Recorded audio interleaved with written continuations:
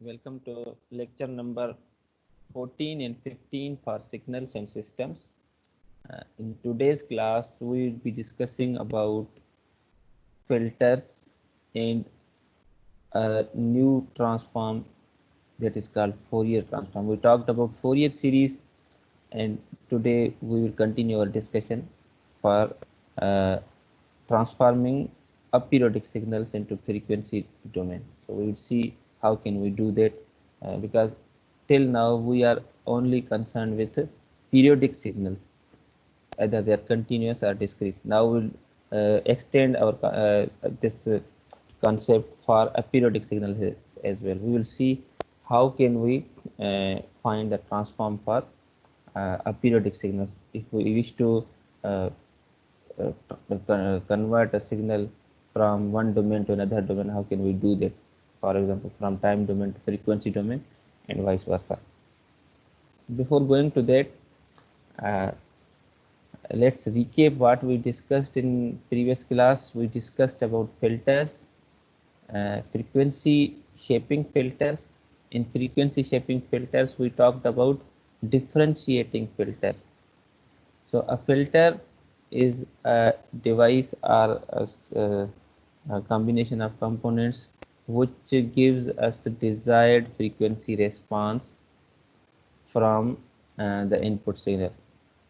Say for example, if it's a low pass filter, it will only pass low frequencies and reject all other frequencies. For example, if it's a frequency shaping filter, it may be adjusting the bass of a song or any other thing, right? And we in particular we discussed differentiating filter in frequency shaping filters, right? So broadly there are two categories of filtering. Number one, frequency, this is part of this one.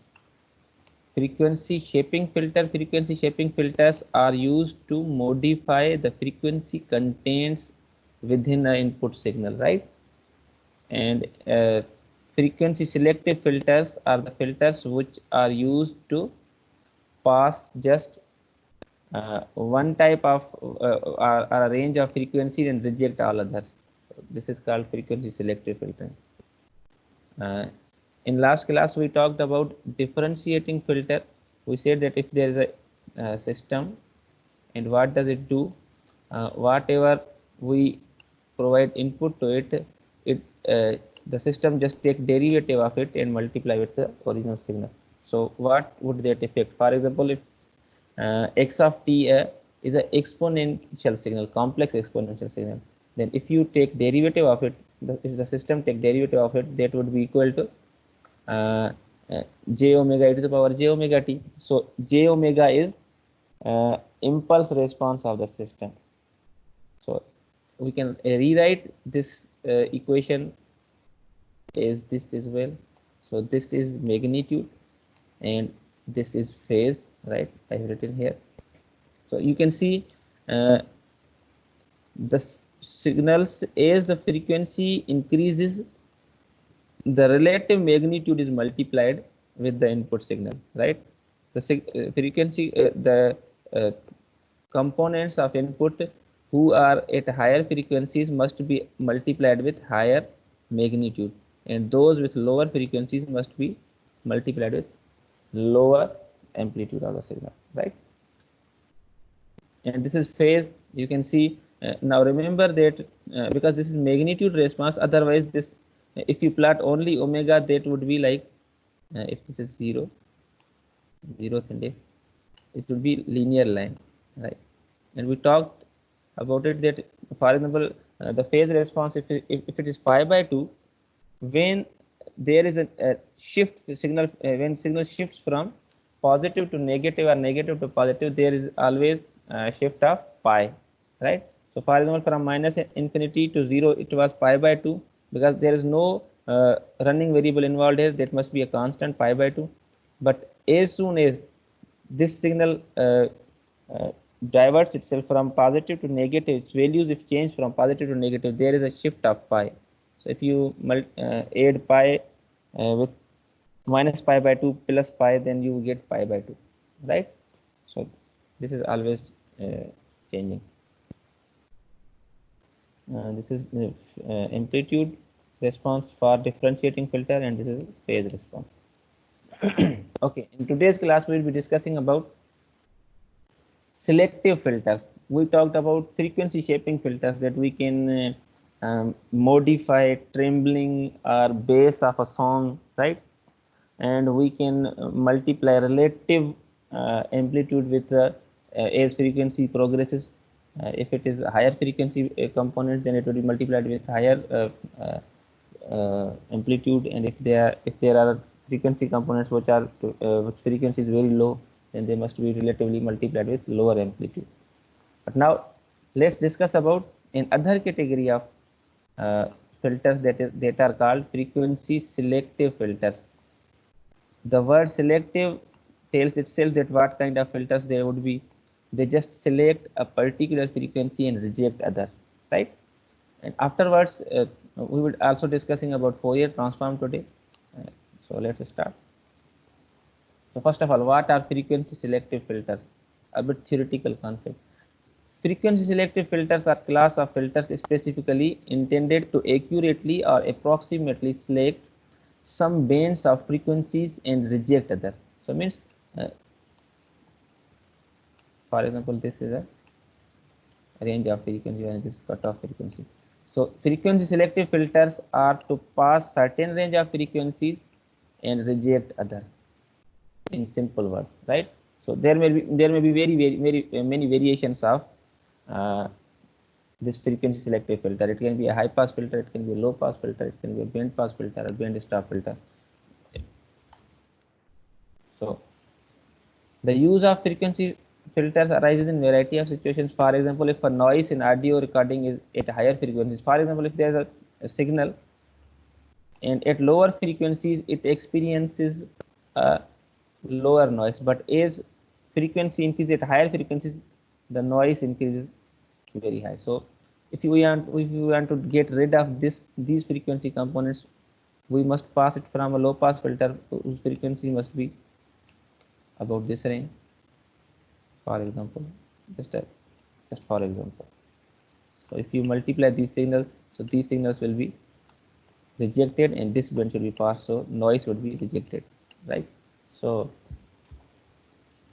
another important application of frequency selective filter is in communication system. You have studied multiplexing. You says that as for example, frequency multiplexing, you create sub channels in a one channel, right? So each those channel have different frequencies. Now if you want to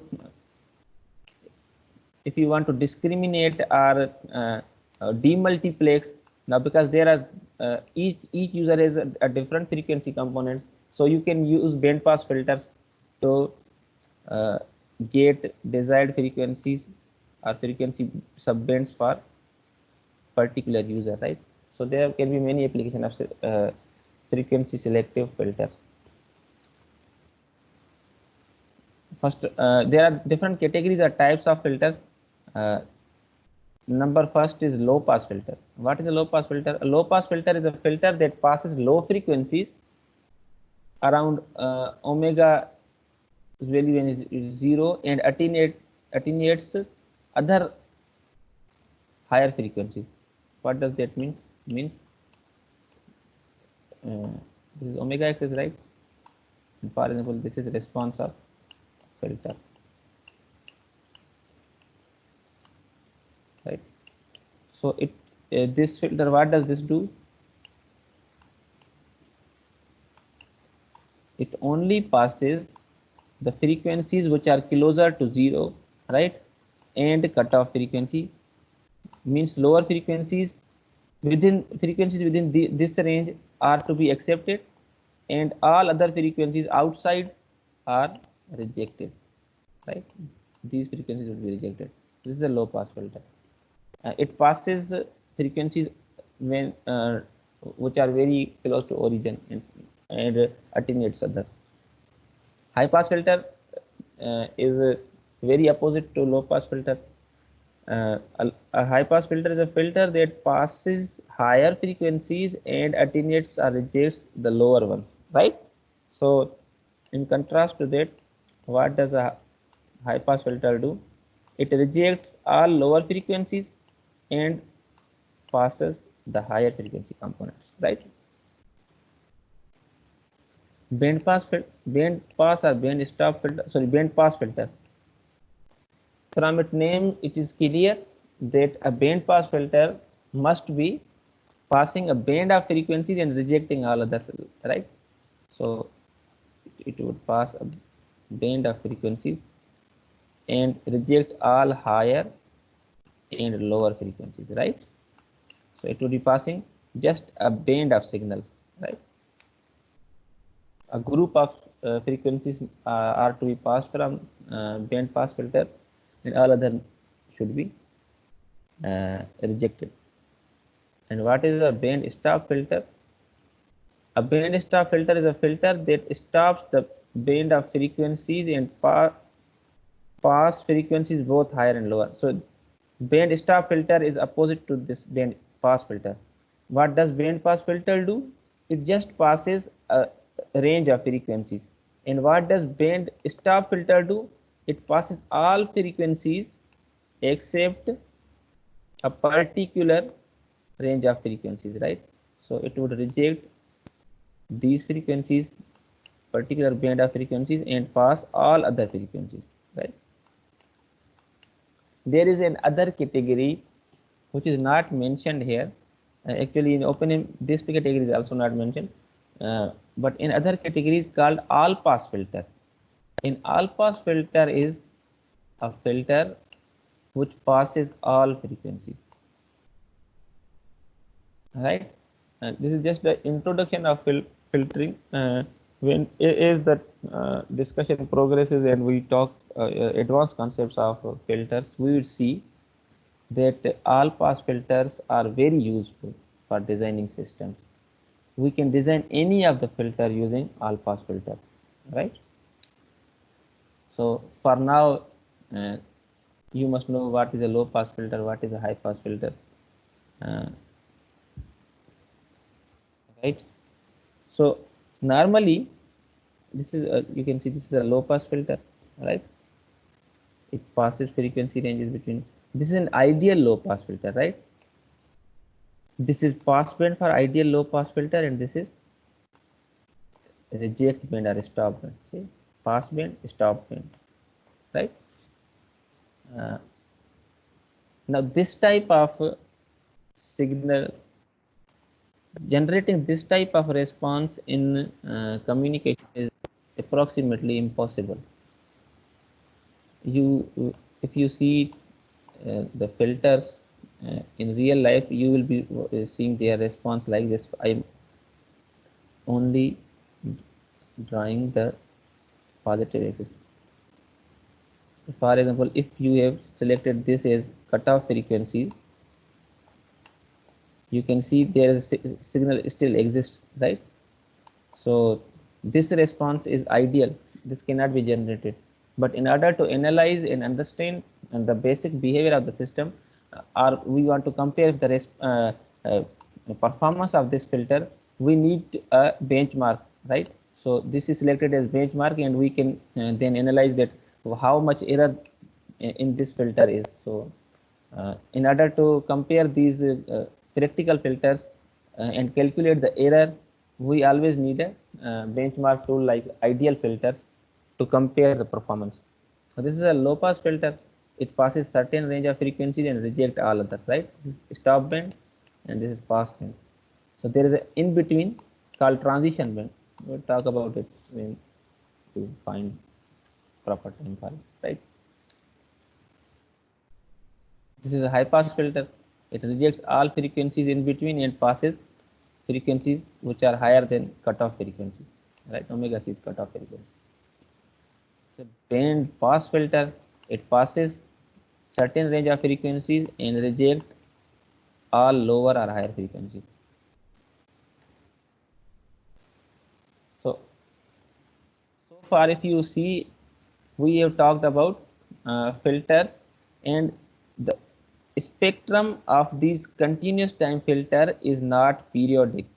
Always remember, whenever you talk about discrete time filters, the frequency response is always periodic with respect to 2 pi, right? So continue time है. Continuous time में जो हमारे पास frequency response होता है वो aperiodic हो सकता है या पीरियोडिक भी हो सकता है, लेकिन नॉर्मली अपीरियोडिक भी हो सकता है। लेकिन आइडियल अपना जो डिस्क्रीट टाइम फिल्टर्स होते हैं उनका हमेशा आपके पास जो भी स्पेक्ट्रम होगा वो पीरियोडिक होगा विथ रेस्पेक्ट टू 2 पाई। सही है, फ्रॉम -पाई टू पाई देखिए जो वैल्यू है वही हमारे पास फिर आगे रिपीट हो रही है। सही एंड सो ऑन। जी सर, तो सही सर। जो डिस्क्रीट टाइम सिस्टम्स होते हैं उनका जो रेस्पॉन्स होता है फ्रीक्वेंसी वो हमेशा पीरियोडिक होता है, राइट। भले अपीरियोडिक सिग्नल हो, पीरियोडिक सिग्नल हो, कुछ भी हो, उसका जो रेस्पॉन्स होगा वो हमेशा पीरियोडिक होगा, राइट। अच्छा, अब देखें यहाँ पर हमने ये पहले तो आपने देखे कि ये सारे फिल्टर्स जो हमने बात की वो कंटिन्यूस टाइम फिल्टर्स थे। अब डिस्क्रीट जो हमारे पास फिल्टर्स होते हैं वो क्या होते हैं, वो -पाई टू +पाई क्या होते हैं हमारे पास, पीरियोडिक होते हैं। और यहाँ पर देखें ये कट्टा, इसकी जो हाईएस्ट फ्रीक्वेंसी होगी वो पाई हो जाएगी, सिस्टम की जो हाईएस्ट फ्रीक्वेंसी वो मैप हो जाएगी पाई पर, और जो लोएस्ट फ्रीक्वेंसी होगी वो -पाई पर, सॉरी 0 पर मैप हो जाएगी। सही, 0 पर मैप हो जाएगी। -पाई और पाई हमारे पास हाईएस्ट फ्रीक्वेंसी है और 0 हमारे पास लोएस्ट फ्रीक्वेंसी है। तो लो पास फिल्टर क्या होता है, जो कट ऑफ फ्रीक्वेंसीज के दरमियान के सिग्नल्स को पास करता है और बाकी जो हमारे पास पाई तक जो हमारे पास रेंज है वो सबको रिजेक्ट करता है, राइट। और फिर 2 पाई पे हमारे पास ये हमारे पास पोजीशन क्या होगी, pi plus omega c, right. और ये 2 pi plus omega c, sorry 2 pi minus omega c, this is 2 pi plus omega c. तो इस तरह पीरियोडिसिटी में वो क्या करता रहेगा, कुछ रेंज को पास करता रहेगा और कुछ को रिजेक्ट करता रहेगा, राइट। लेकिन हम एनालाइज करते हैं सिर्फ एक टाइम इंटरवल पर, तो इस वजह से हम कहते हैं कि ये जो ओमेगा सी से लेकर माइनस ओमेगा सी का जो फ्रीक्वेंसी रेंजेस हैं, हमारा सिग्नल सिर्फ, हमारा सिस्टम इसको सिर्फ पास करेगा, बाकी सबको क्या कर देगा, रिजेक्ट कर देगा। लाइकवाइज हमारे पास जो हाई पास फिल्टर होता है वो पाई से लेकर कट ऑफ फ्रीक्वेंसी तक क्या करता है, सिग्नल्स को पास करता है। लोअर फ्रीक्वेंसी रेंजेस जो ओमेगा 0 के करीब होते हैं उनको रिजेक्ट कर देता है। और बैंड पास फिल्टर क्या करता है, कोई पर्टिकुलर बैंड को क्या करता है, वो पास करता है, बाकी लोअर फ्रीक्वेंसीज और हायर फ्रीक्वेंसीज को क्या कर देता है, रिजेक्ट कर देता है। सही है, तो एक बैंड ऑफ फ्रीक्वेंसीज को पास करता है। अच्छा, इसको थोड़ा सा हम अगर जी सर आपने कहा जो लो पास जो फिल्टर जो है वो नियर ओरिजिन के पास करता है ना सर, तो इसमें 2 जी पाई और -2 पाई ये तो ओरिजिन के करीब नियर नहीं है सर। मैंने पहले बात की कि हमारे पास जो लो पास फिल्टर होता है वो क्या होता है, जो लोअर फ्रीक्वेंसीज को पास करता है और हायर फ्रीक्वेंसीज को रिजेक्ट करता है, राइट।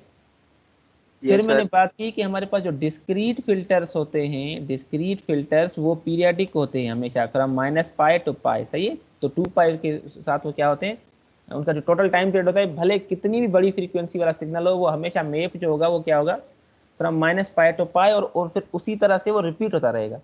ये बात समझ आ गई? ये सर अब समझ गया सर।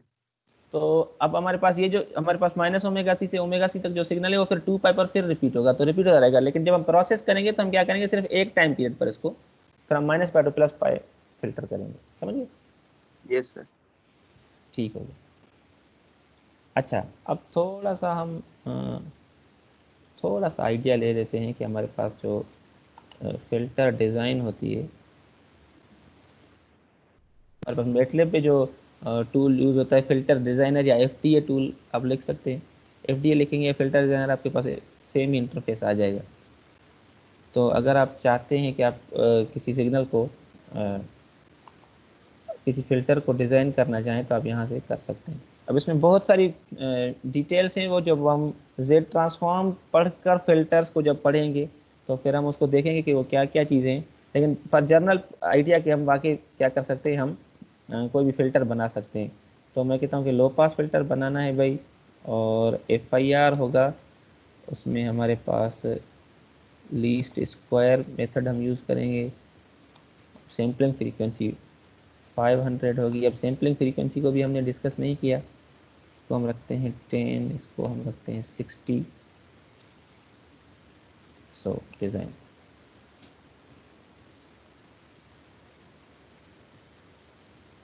देखें हमारे पास एक फ़िल्टर बन गया है जिसका स्टॉप बैंड यहाँ से शुरू होता है। तो देखें ये इसका पास बैंड है, लेकिन हमने कहा था कि इसकी जो पास बैंड है 10 से शुरू होना चाहिए, लेकिन ये देखें बीच में ट्रांजिशन बैंड बहुत ज़्यादा है।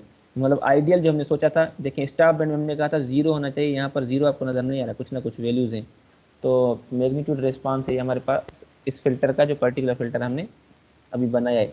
इसको अगर देखना चाहें कि आपने क्या फ़िल्टर बनाया, तो आपको यहाँ से आई से आइए पता चल सकता है कि भाई आपने FIR फिल्टर बनाया है, फाइनाइट इम्पल्स रिस्पांस, उसकी लेंथ 11 है, सही, और स्टेबल है। नंबर ऑफ मल्टीप्लायर्स इसमें 11 यूज़ होंगे, नंबर ऑफ एडर्स 10 यूज़ होंगे, नंबर ऑफ स्टेट्स या मेमोरीज 10 यूज़ होंगी, राइट। तो इस तरह से आप फिल्टर बना सकते हैं। फॉर एग्जांपल इसका फेज़ रिस्पांस आप यहाँ से देख सकते हैं, ये इसका फेज़ रिस्पांस है, बड़ा खतरनाक सा फेज़ रिस्पांस है। दोनों साथ अगर देखना चाहें मैग्नीट्यूड और फेज़ रिस्पांस, तो यहाँ से देख सकते हैं। ग्रुप डिले देखना चाहें कि सारी फ्रीक्वेंसीज कितना डिले एक्सपीरियंस करें, तो एक कांस्टेंट देखें डिले का आ रहा है 5। और फेज़ डिले देखना चाहें तो आपके पास इसका फेज़ डिले तकरीबन 2 है, 2 तकरीबन 2 ही होगा, 0.1 है क्या, राइट। इस तरह अगर आप सिस्टम का देखना चाहें कि अगर आप उसको इनपुट इम्पल्स दें तो उसका बिहेवियर क्या होगा, तो यहाँ से आप देख सकते हैं कि जब आप उसको इनपुट देंगे इम्पल्स मतलब डेल्टा एन, तो उसका रेस्पॉन्स ये होगा। जब उसको आप स्टेप रेस्पॉन्स मतलब यू ऑफ एन जब इनपुट देंगे, तो सिस्टम का आउटपुट क्या होगा, तो इस तरह होगा बिहेवियर, राइट। और पोल्स एंड जीरोज इसके देखना चाहें तो हमारे पास जितना आर्डर होता है उतने उसके पोल्स होते हैं, और सॉरी जीरोज होते हैं FIR के। तो आप देखें तो उतने इसके जीरोज हैं एंड सो ऑन। जब हम इसको डिस्कस करेंगे फोरियर के फिल्टर के कोफिशिएंट्स जो कंपोनेंट्स हैं, उनको अगर उनके वैल्यूज देखना चाहें तो आप यहाँ से देख सकते हैं, ये सारे वैल्यूज उसके पड़े हैं। तो आप ये सारी चीज़ें कर सकते हैं, ठीक है। तो फिल्टर डिज़ाइनर में आप जाकर कोई भी आपको जितना पास बैंड चाहिए, जितना स्टॉप बैंड चाहिए, ट्रांजिशन आप कितनी रखना चाहते हैं, मिनिमम ऑर्डर अगर आप सेट करना चाहें वो भी आप कर सकते हैं। तो इस तरह से आप फिल्टर डिज़ाइन कर सकते हैं। और हमने देखा कि जो हमने फ़िल्टर डिज़ाइन किया उसका शेप वाकई उस तरह का नहीं आ रहा था जिस तरह का हमने आइडियली पढ़ा था, ठीक है। इस तरह का फ़िल्टर हमें कहीं नज़र नहीं आया। इनफैक्ट हमारे पास फ़िल्टर कुछ इस तरह का रिस्पांस था, पास बैंड इस तरह था और स्टॉप बैंड वो लाउजी फ़िल्टर था, अच्छा फ़िल्टर नहीं था, लेकिन बहरहाल हमें पता चल गया कि इस तरह का रिस्पांस हमें नहीं आता फ़िल्टर से, ठीक है।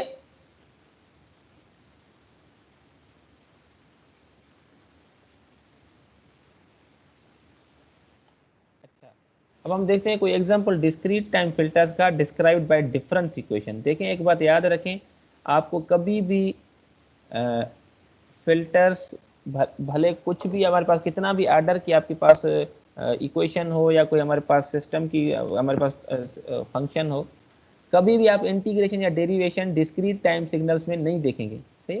डिस्क्रीट टाइम सिग्नल्स के लिए आप हमेशा समेशन या डिफरेंस इक्वेशन देखेंगे। डिफरेंस इक्वेशन का क्या मतलब है, अभी हम उस पर आ जाते हैं, ठीक है। तो कभी भी आप यहाँ पर इंटीग्रेशन या डेरिवेशन नहीं देखेंगे। और हमारे पास ये इंटीग्रेशन जो डेरिवेशन आप देखते हैं वो तकरीबन आप कंटिन्यूस टाइम फिल्टरिंग हो या कोई सिग्नल हो वहाँ पर आप देख सकते हैं। तो हमारे पास डिफरेंशियल इक्वेशंस जो होती हैं वो कंटिन्यूस टाइम सिग्नल्स में यूज़ हो रही होती हैं, और उनका काउंटर पार्ट हमारे पास डिस्क्रीट टाइम सिग्नल में डिफरेंस इक्वेशंस होती हैं, मतलब summation, right. Discrete time filters are described by linear constant coefficients difference equation. These filters are of considerable importance in practice, ठीक है। जो हमारे पास डिस्क्रीट फिल्टर्स होते हैं इनकी खसूसियात होती हैं, बहुत अच्छी खसूसियात कुछ हैं जिनको हम डिस्कस करेंगे। जिस तरह हमारे पास हम कहते हैं लीनियर फेज अचीव होता है सिर्फ डिस्क्रीट FIR फिल्टर्स में, और FIR फिल्टर्स हमारे पास क्या होते हैं, डिस्क्रीट फिल्टर्स होते हैं, सही है। तो हम हमेशा हमारे पास जो लीनियर फेज पहले अचीव नहीं होता था, अब हमारे पास linear phase is only possible in discrete time system. वो अब थोड़ा एडवांस समझा रहे हैं, उसको हम अभी डिस्कस नहीं करते। जब हम फिल्टरिंग को एडवांस में डिस्कस करेंगे चीज़ों को, FIR और IIR उनकी डिज़ाइन और वो क्या है, तो तब हम इसको फिर देखेंगे कि हम लीनियर फेज का क्या बात कर रहे हैं, राइट। अच्छा, indeed since they can be efficiently implemented in special or general purpose digital systems. Filters described by difference equations are widely used in practice. सही है, तो आजकल हमारे पास तकरीबन जो यूज होते हैं वो डिफरेंस अपना डिस्क्रीट टाइम फिल्टर्स यूज होते हैं, या इनको डिजिटल फिल्टर्स भी कहा जाता है। अच्छा, अब अगर हम बात करें फर्स्ट ऑर्डर की, first order recursive discrete time filters. Recursive से क्या मतलब है, इसको भी हम देखते हैं। और डिस्क्रीट टाइम फिल्टर्स का तो आपको पता है कि वो फिल्टर्स जो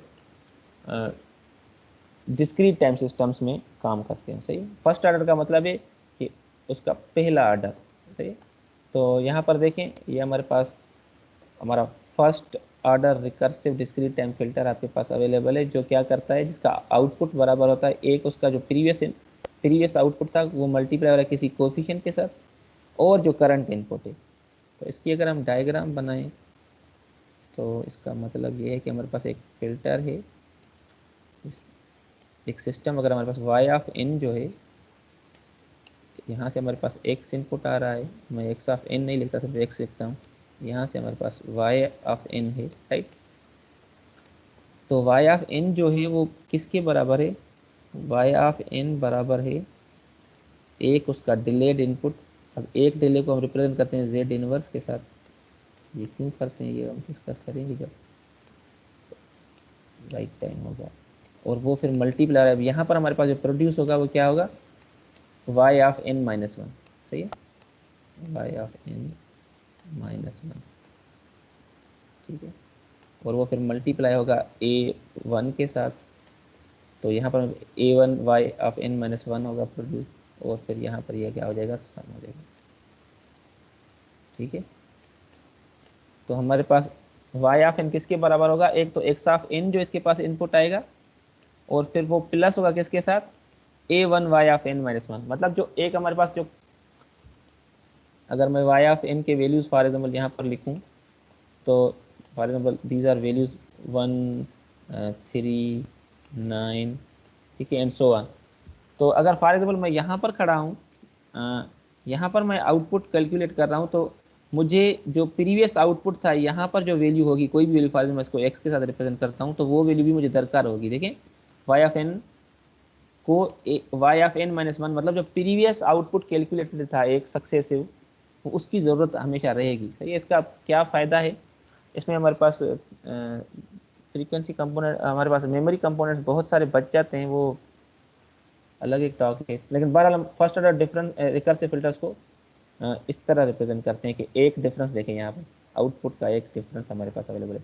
सेकंड ऑर्डर होता तो क्या होता, Y of Y minus A one Y of N minus one minus A two Y of N minus two होता, तो वो सेकंड ऑर्डर होता। केथ ऑर्डर होता था तो Y of N minus A one Y of N minus one up to A K Y of N minus के, तो kth order recursive filter बन जाता है वो। ठीक है, तो this is first order recursive filter for discrete time filters, right. अच्छा, मैं इरेज करना चाहता हूँ।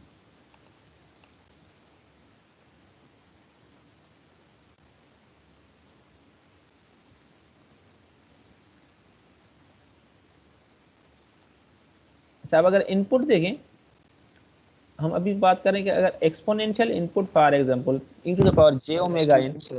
जी बाबा,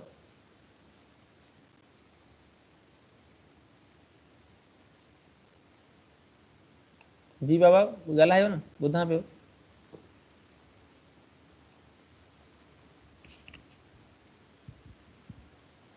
अच्छा, हाँ, अब फॉर एग्जाम्पल हम कहते हैं कि हमारे पास इनपुट जो e to the power j omega n है, तो आपको आइगन की प्रॉपर्टी, आइगन फंक्शन की प्रॉपर्टी याद होगी कि हमारे पास अगर input e to the power j omega n होता है, तो y ऑफ n हमारा किसके बराबर होता है, h of e to the power j omega times e to the power j omega n।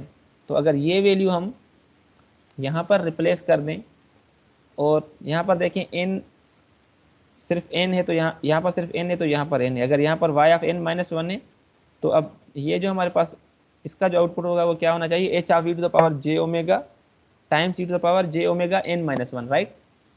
और ये हमारे पास इनपुट तो है ही, हमारे पास eigen function e to the power j omega n, तो ओवरऑल आउटपुट हमारे पास कुछ इस तरह आ जाएगा। सही है, h e to the power j omega e power j omega n minus a1, ये तो कांस्टेंट कोफिशिएंट है तो ये हमारे पास वैसे ही रहा है। अब यहाँ पर देखिए n-1 था तो यहाँ पर मैंने n-1 लिख दिया और ये इनपुट हो गया। अच्छा, अब यहाँ से देखें क्या चीज़ कॉमन निकल रही है, h e to the power j omega common आ रहा है, राइट, यहाँ पर भी अवेलेबल है, यहाँ पर भी अवेलेबल है।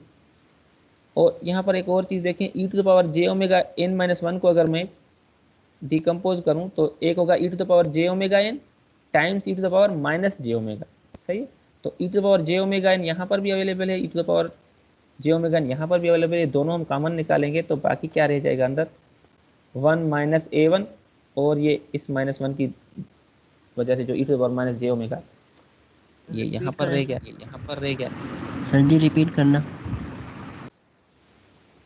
बेटा देखें हमने डिफरेंस इक्वेशन को देख लिया कि भाई किस तरह वो फीडबैक के थ्रू हम इसको रिकर्सिव सिस्टम को शो कर सकते हैं। अब अगर हम कहते हैं कि इनपुट अगर हमारे पास कॉम्प्लेक्स एक्सपोनेंशियल है जो आइगन फंक्शन ही होता है। अब आइगन फंक्शन में हमने ये कहा था कि आइगन फंक्शन जब अगर आप एलटीआई सिस्टम को इनपुट देते हैं तो आउटपुट क्या मिलता है, सेम फंक्शन मिलता है एक तो with multiplied with some complex coefficient, सही है। और फिर इसको भी अभी हमने कैलकुलेट करना सीखा था। बहरहाल मतलब ये तो हमें पता है कि वाई ऑफ एन अब इसके बराबर होगा अगर हमारे पास ये आइगन फंक्शन है एक्स ऑफ एन, और हमें पता है कि वाई की आइगन फंक्शन है।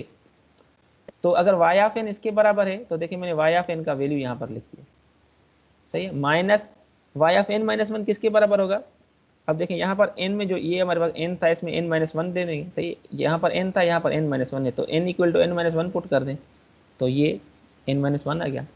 और x ऑफ n हमारा किसके बराबर है, e to the power j omega n, वो हमने लिख दिया, ठीक है। अब हम क्या देखते हैं कि यहाँ से h of e to the power j omega ये हमारे पास ये टर्म हमारे पास क्या है कॉमन निकल रहा है तो हमने इसको बाहर रख दिया। इसको थोड़ा सा सॉल्व करेंगे तो आप ये इसके बराबर हो जाएगा e to the power j omega n times e to the power minus j omega.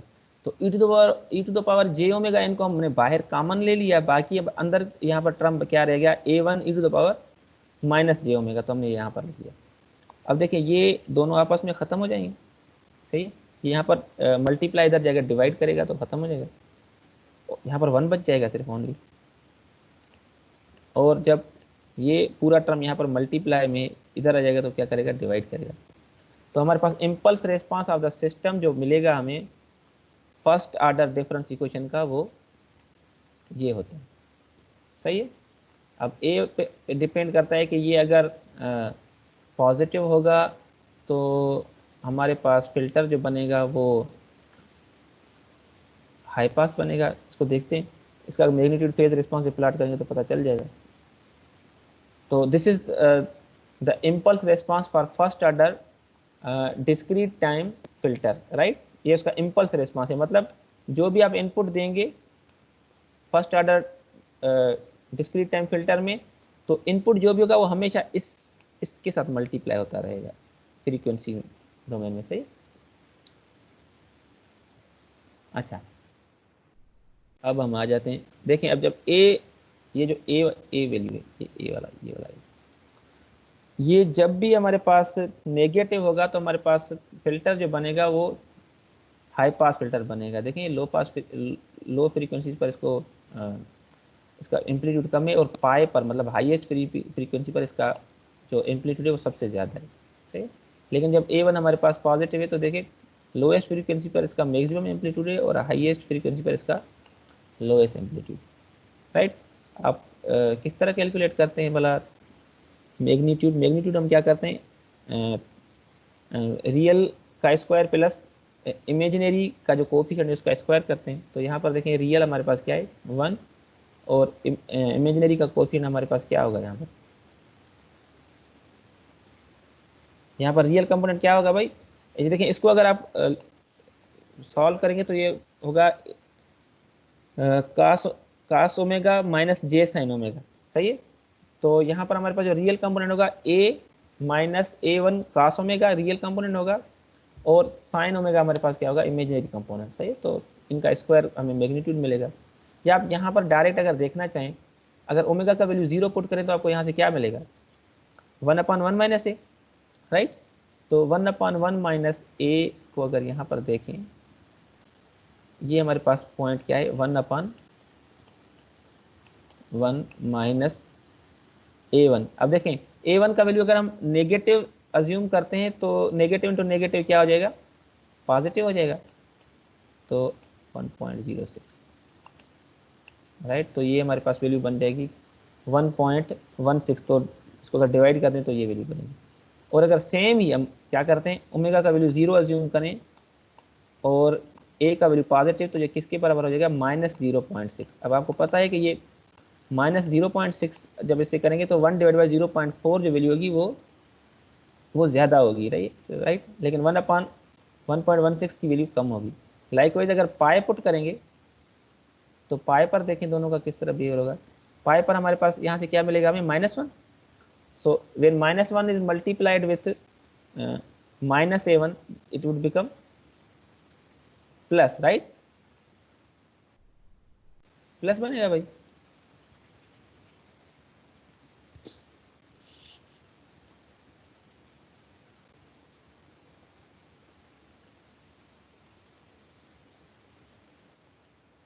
Right. तो इसको अब कैलकुलेशन मैंने यहाँ पर स्लाइड में डालनी चाहिए थी, मैंने नहीं डाली। तो बहरहाल अगर ए का वैल्यू आप नेगेटिव रखेंगे तो आपको इस तरह का रिस्पांस मिलेगा, अगर पॉजिटिव रखेंगे तो इस तरह का लो पास फिल्टर जैसा रिस्पांस मिलेगा, सही है। फर्स्ट ऑर्डर डिफरेंस इक्वेशन में एक बात याद रखें कि बैंड पास और बैंड स्टॉप जो फिल्टर्स होते हैं वो कभी भी आप फर्स्ट ऑर्डर से नहीं बना सकते, ठीक है। बैंड पास और बैंड स्टॉप फिल्टर हमेशा सेकंड ऑर्डर रिकर्सिव फिल्टर से ही बनते हैं। कभी भी फर्स्ट ऑर्डर हमारे पास जो डिस्क्रीट टाइम फिल्टर्स हैं वो कभी भी बैंड स्टॉप या बैंड पास नहीं हो सकते, ठीक है। जब हम आगे इसको देखेंगे जेड ट्रांसफॉर्म पढ़ के तो फिर हम इसको प्रूव भी करेंगे। अच्छा, non recursive discrete time filters में अब क्या है कि non recursive discrete time filters में, अब देखिए रिकर्सिव में क्या था, रिकर्सिव हम इसको क्यों कह रहे थे, रिकर्सिव का मतलब है कि हमारे पास जो प्रीवियस आउटपुट था वो हमने भी इन्वॉल्व किया था। नॉन रिकर्सिव में क्या होगा, हम इसको इन्वॉल्व कभी भी नहीं करेंगे, प्रीवियस आउटपुट्स को हम कभी भी इन्वॉल्व नहीं करेंगे, सिर्फ इनपुट से ही हम क्या करेंगे, फिल्टरिंग करेंगे। तो उनको हम क्या कहते हैं, नॉन रिकर्सिव, जिसमें आउटपुट रिपीट ना हो। तो यहाँ पर देखिए आउटपुट सिर्फ y ऑफ n एक ही बार लिखा हुआ है, बाकी कभी भी आपको नजर नहीं आएगा। y of n is equal to k from -n to m, b की अब कोई भी कोफिशिएंट हो सकता है x of n minus k। अब इसकी जो लेंथ होगी, इस फिल्टर की लेंथ क्या होगी, n प्लस m प्लस 1, हमेशा याद रखें, ठीक है। इस फिल्टर की लेंथ हमें चाहिए होती है। क्यों भाई, देखें अगर मैं इसको इस तरह रखता हूँ कि भाई फॉर एग्जाम्पल n हमारा -n यहाँ पर है, सही, m यहाँ पर है और 0 इंडेक्स भी तो है ना, ठीक है। डिस्क्रीट हमारा 0 पर भी डिफाइन होता है। तो ये distance plus including this one for 0 index, सही है। तो इसकी टोटल लेंथ यही होगी, ठीक है। इसको हम इस तरह रिप्रेजेंट करते हैं। अब यहाँ पर देखें सिर्फ हमारे पास शिफ्टिंग इनपुट में है, आउटपुट में कोई हमारे पास रिकर्जन नहीं हो रही। तो हम कहेंगे कि भाई ये हमारे पास जो इस तरह की जो डिज़ाइन होते हैं उनको नॉन रिकर्सिव कहते हैं। और क्योंकि y ऑफ n लिखा हुआ है तो मतलब ये डिस्क्रीट टाइम है। अच्छा, one frequently used example of such a filter is moving average filter, सही है। मूविंग एवरेज फिल्टर क्या होता है, अब इसको आज हम देखेंगे, इसका फ्रीक्वेंसी रिस्पॉन्स भी प्लॉट करके देखेंगे। The basic idea is that by averaging value locally, rapid high frequency component of the input will be averaged out and lower frequency variation will be retained, corresponding to smooth or low pass filtering of the original sequence। तो हमारे पास लो pass filter क्या कर रहा है, जो highest frequency components होते हैं उनको नॉर्मलाइज करता है और लोअर फ्रीक्वेंसी जो होती है उनको भी डाई नहीं होने देता, सही, वो भी हमारे पास रिटेन हो जाते हैं। तो ये इसको हम मूविंग एवरेज फिल्टर कहते हैं। अब एक सिंपल सा मूविंग एवरेज फिल्टर मैंने यहाँ पर लिखा हुआ है कि y of n is equal to 1/3 x of n minus 1 plus x of n plus x of n minus 1, सही। तो करंट सैंपल, प्रीवियस सैंपल और एक आगे का सैंपल। फॉर एग्जाम्पल इसको मैं इस तरह अगर लिखूँ -3 2 0 2, फॉर एग्जाम्पल ये हमारे पास क्या है, इनपुट है। तो हमारे पास y ऑफ 0 किसके बराबर होगा, ओरिजिन अगर हम कहते हैं यहाँ पर वाई ऑफ जीरो हमारे पास किसके बराबर होगा, x of zero plus x of one जो कि 2 है, सही है, plus x of n x of minus one जो कि ये 2 + 2 अपॉन 3, क्योंकि 1/3 हमारे पास ये कांस्टेंट है, सही है। तो हमारे पास वाई ऑफ जीरो किसके बराबर यहाँ से कैलकुलेट होगा, y of zero must be equal to 4/3, right, 4/3। तो इस तरह हम, जिस तरह आप इसको वाई ऑफ वन कैलकुलेट करेंगे तो हमारे पास वाई ऑफ वन किसके बराबर होगा, 3 + 0 3 प्लस 0 + 2/3, राइट। तो इस तरह ये हमारे पास मूविंग एवरेज, जैसे जैसे आप आगे एक्सेस टाइम एक्सेस पे मूव करते जाएंगे, आप 3 सैंपल्स का, एक प्रीवियस, एक फ्यूचर और करंट का सम करके डिवाइड बाय 3 करते रहेंगे। तो इसमें हमारे 3 कंजिक्यूटिव जो इनपुट्स हैं वो क्या हो रहे हैं, वैल्यूज वो सम हो रहे हैं और डिवाइड हो रहे हैं। एवरेज आपको पता है एवरेज किस तरह कैलकुलेट करते हैं, ठीक है। अच्छा, अब यहाँ पर देखें हमारे पास जो एच ऑफ एन होना चाहिए वो किसके बराबर होना चाहिए, किसके बराबर होना चाहिए, राइट। फॉर दिस हमारे पास याद रखें वो प्रॉपर्टी e⁻⁻, जो अगर कोई भी शिफ्ट हमारे पास होता है वो क्या होता है, e⁻j k⍵0, सही है। तो यहाँ पर माइनस इंटू माइनस प्लस, तो डेल्टा n + 1, डेल्टा n और डेल्टा n-1। अगर इसको आप याद रखें, जो हमारे पास इम्पल्स है इसका हमारे पास जो फोरियर सीरीज होता है वो क्या होता है, 1 होता है, राइट, क्योंकि सिर्फ 0th इंडेक्स पर ही होता है, तो वहाँ पर e⁻0 आ जाता है। तो अगर इसका फ्रीक्वेंसी रेस्पॉन्स फाइंड करें तो वो इसके बराबर होगा, e⁻ +j⍵, e⁻−j⍵। और अगर आप इन दोनों को साथ लिखें तो क्या हो जाएगा, e⁻j⍵ + e⁻−j⍵, और 2 मल्टीप्लाई भी कर दें, डिवाइड भी कर दें, तो 1/2 e⁻j⍵ + e⁻−j⍵ किसके बराबर हो जाएगा, कॉस के, तो मल्टीप्लाई 2 हो जाएगा। तो इसका जो हमारे पास रिजल्टेंट आउटपुट होगा वो इस तरह का, ठीक है।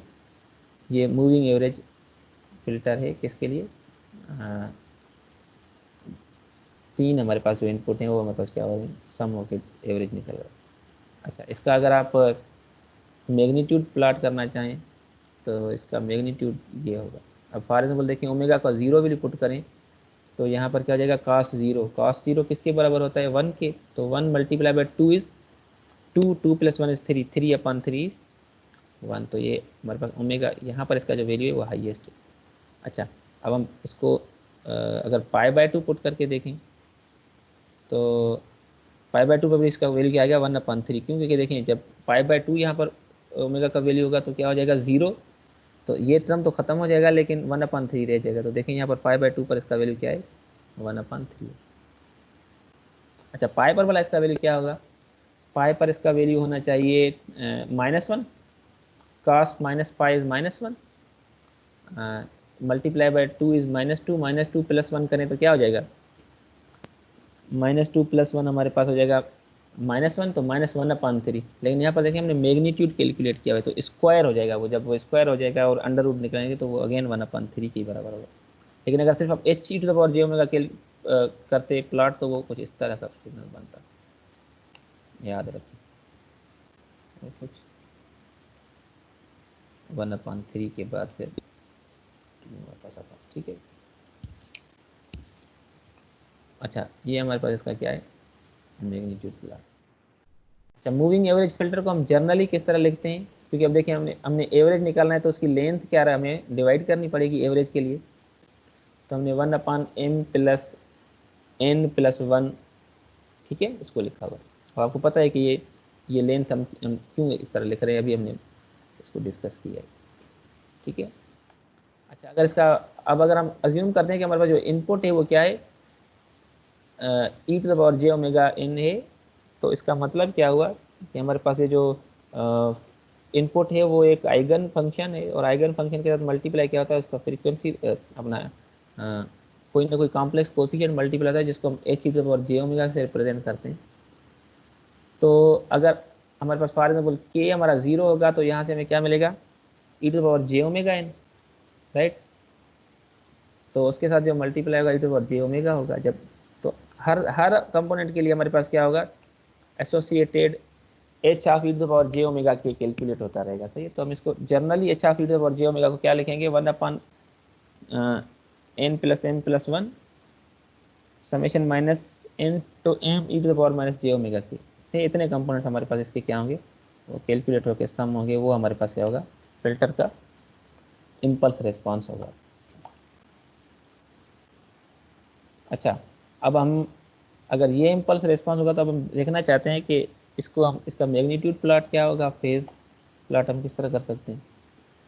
तो देखिए, अगर अब हमें पता है कि इस तरह की समेशन तो हमने कभी सॉल्व नहीं की, लेकिन हमें एक समेशन याद है कि हमने उस समेशन को सॉल्व किया था जो 0 से n तक चलती थी और इस फॉर्म में होती थी। सही, ए पावर की वो किसके बराबर होती थी, this is equal to 1 minus a alpha power n plus 1 upon 1 minus alpha. सही है, तो मैं इस समेशन को कन्वर्ट करना चाहता हूँ इस समेशन में।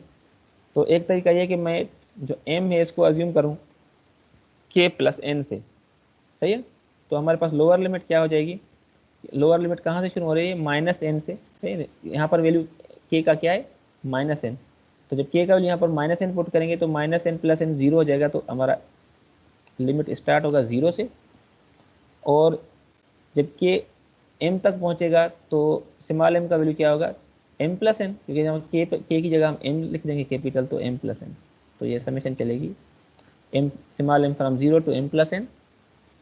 और यहाँ पर देखें k सिर्फ था, तो अब क्योंकि हमारे पास अगर m बराबर है k प्लस एन के, तो k बराबर होगा m माइनस एन के, तो यहाँ पर मैंने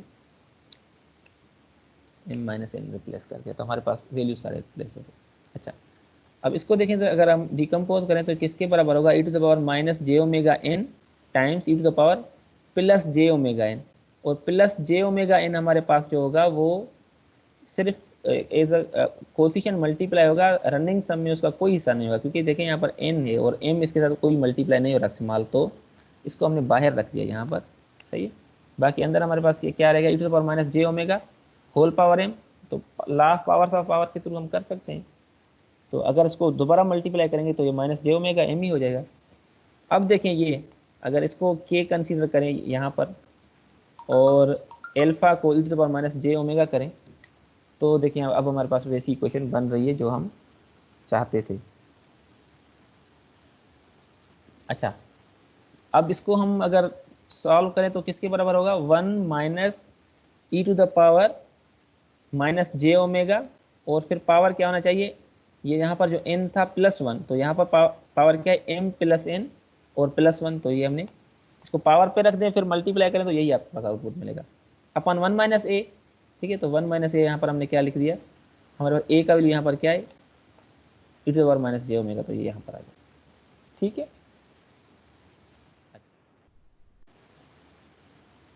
अब इसको आप अगर फर्दर सॉल्व करेंगे तो इसका जो आउटपुट बनेगा वो ये बनेगा। ठीक है, आपने क्या करना है, माइनस जे omega M plus N plus 1 upon 2 आपने क्या करना है, कॉमन बाहर निकालना है, तो यहाँ पर plus E to the power plus J omega M plus N plus 1 upon 2 आ जाएगा। और यहाँ से अगर आप E to the power minus J omega 2 common निकालें तो यहाँ पर क्या बचेगा, E to the power plus J omega 2 minus E to the power minus J omega 2। अब यहाँ से एक साइन बनेगी, एक यहाँ से साइन बनेगी, राइट। और हमारे पास सॉल्व करेंगे फर्दर तो आपके पास ये आउटपुट मिलेगा, आप करिएगा सॉल्व, देखिएगा यही आउटपुट मिलेगा, मैंने कैलकुलेट करके देखा यही है। अच्छा, अगर टोटल लेंथ ऑफ सिग्नल अगर 33 हो तो देखिए हमारे पास फिल्टर का रिस्पॉन्स इस तरह बनेगा, और अगर 65 हो मतलब m भी 32 हो n भी 32 हो तो हमारे पास फिल्टर का रिस्पॉन्स देखें और शार्प होता जा रहा है। सही, तो ट्रांजिशन बैंड को हम चाहते हैं जितना हो सके घटाएं। ट्रांजिशन बैंड क्या होता है उसको भी हमने डिस्कस नहीं किया, बहरहाल जितना ट्रांजिशन बैंड कम होता है उतना हमारे पास फिल्टर अच्छा होता है, लेकिन जितने आप कंपोनेंट्स बढ़ाते जाएंगे उतना आपके पास फिल्टर का रिस्पॉन्स नेरोवर होता जाएगा, जो कि डिजायरेबल होता है। अच्छा, हाई पास फिल्टर भी आप बना सकते हैं using non recursive filters. For example इस फिल्टर को अगर देखें, अब ये E to the power J omega N E to the power minus J omega N minus 1 है, तो इसका फिल्टर का जो रिस्पॉन्स होगा वो ये होगा, आप कैलकुलेट करके देखिएगा। सही, अच्छा, क्योंकि अब हमने पहले शुरुआत में इस तरह की एक इम्पल्स रिस्पॉन्स ड्राइव करके देखा है, तो मैं एज्यूम करता हूँ कि आप खुद इसको देखेंगे, कर जाएंगे आप। अच्छा, अब यहाँ से अगर e to the power minus J omega by 2 हम कॉमन लें तो यहाँ पर e to the power plus J omega 2 रह जाएगा, और j को मल्टीप्लाई भी करें डिवाइड भी करें तो हमारे पास एक साइन बन जाएगी। सही है, इसको मैंने सॉल्व किया हुआ e to the power minus J omega 2, और j को मैंने मल्टीप्लाई भी किया डिवाइड भी किया, तो यहाँ पर j आ जाएगा, ऊपर भी j आ गया यहाँ पर। सही है, अब ये हमारे पास सारा जो हमारे पास टर्म होता है किसके बराबर होता है, e power j theta minus e to the power minus j theta upon 2j, तो साइन ओमेगा बाय 2। सही, थीटा हमारे पास ओमेगा बाय 2 है, और ये हमारे पास जो j है इसको हम लिख सकते हैं e to the power j pi by 2। e to the power j pi by 2 किसके बराबर होता है, cos pi by 2 plus j sine pi by 2, तो cos पाई बाय 2 तो 0 हो जाएगा, साइन पाई बाय 2 हमारे पास 1 होगा, तो j के साथ मल्टीप्लाई, तो इसको हम हमेशा इस तरह लिख सकते हैं, राइट, इस j को। ये आप देखेंगे बहुत सारी इस तरह की ट्रिक्स यूज़ करते हैं बुक्स, फिर आपको समझ नहीं था कि ये कहाँ से आ गया। अच्छा, अब अगर देखा जाए यहाँ पर इसका मैग्नीट्यूड ये रहा आपके पास, और फेज़ कहाँ रहा, फेज़ ये रहा। सही है, ठीक है, तो मैंने यहाँ पर कैलकुलेट किया भी होगा। हम इस तरह रिप्रेजेंट करते हैं कि भाई मैग्नीट्यूड हमारा ये होता है, और जे के बाद जो हमारे पास थीटा होता है वो हमारे पास क्या होता है, एंगल होता है या फेज़ होता है किसी भी सिग्नल का। तो यहाँ से हमें मैग्नीट्यूड मिला साइन ओमेगा बाय 2, और फेज़ हमारे पास क्या मिला, यहाँ से जे अगर कॉमन निकाल लें तो minus omega by 2 plus pi by 2। सही, तो अगर इसको हम प्लाट करें तो देखें यहाँ पर अगर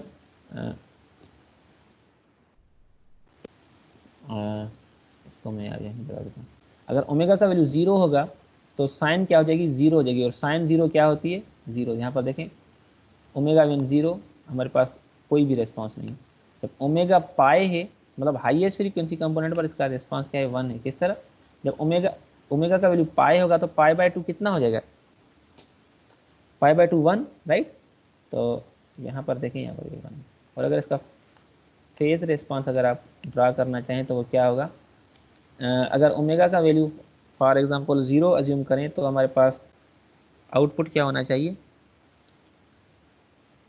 पाई बाय 2, राइट। तो व्हेन ओमेगा इज 0 तो इसका जो वैल्यू है वो पाई बाय 2 है, और फिर वो डिक्रीज होता रहेगा। जब ओमेगा का वैल्यू पाई बाय 2 होगा, ओमेगा का वैल्यू जब पाई होगा, ओमेगा का वैल्यू जब पाई होगा तो ये पाई बाय 2 और पाई बाय 2 क्या हो जाएंगे, मतलब ये इसको मैं पाई पर ये क्या हो जाएगा, 0 हो जाएगा, राइट, ठीक है। तो इसका प्लॉट इस तरह बना, ये हाईएस्ट फ्रीक्वेंसी इसकी क्या है, पाई बाय 2, और इसकी लोएस्ट फ्रीक्वेंसी क्या है, माइनस पाई बाय 2। ये फेज रेस्पॉन्स, राइट। तो आगे चलते हैं।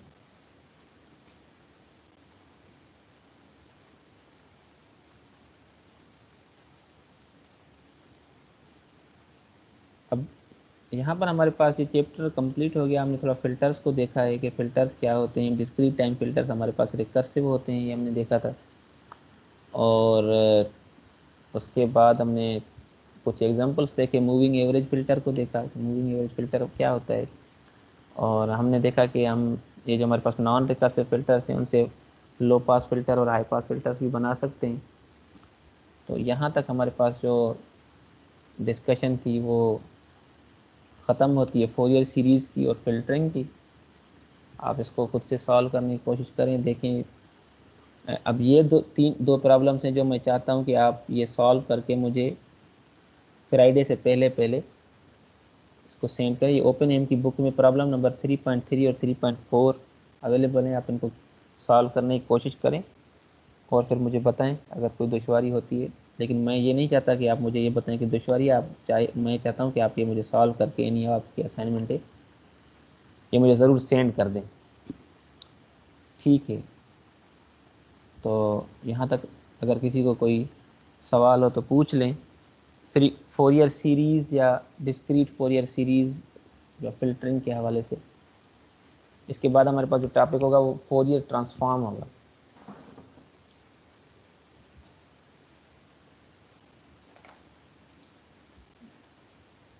जी बेटा, किसी को कोई सवाल हो?